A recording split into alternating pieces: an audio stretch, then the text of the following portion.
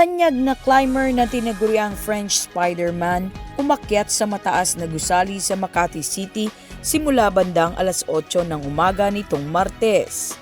Ito ang pangalawang pagkakataon na inakyat ng sikat na climber ang nasabing gusali. Wala umanong safety gear o anumang equipment ang nasabing climber maliban sa chalk o pampagaspang sa kanyang mga kamay.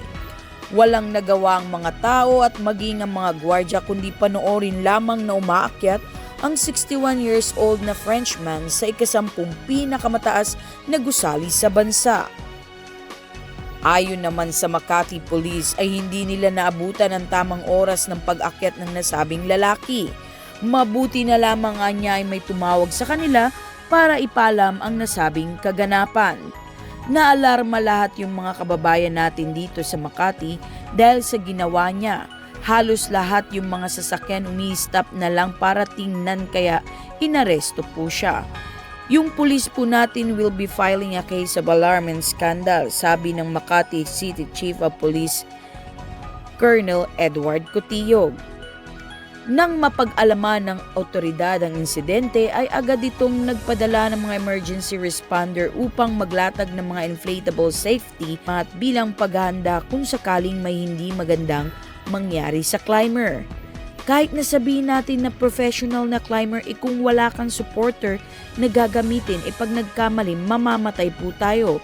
So yung mga baguhan, bawal po ito. Hindi pwede na gawin po ito, dagdag pa ni Cotillog. Nang matapos ang exhibition na ginawa ni Roberts, agad naman itong dinala sa Makati Police at sumailalim sa medical check-up at iba pang proseso. Sabi ng climber, nasaktan siya sa pag-aresto sa kanya ng mga otoridad. Ibang-iba kung paano siya inaresto noong 2019 kung saan ginawa niya rin ang pag-akyat sa gusali, samantalang hindi naman siya nagpumiglas at sumama ng mahinahon. Last time I got an amazing experience in the Philippines when I got arrested in 2019 and this time I have been treated like a dog. I am 45 to 48 kilograms. I am totally harmless person.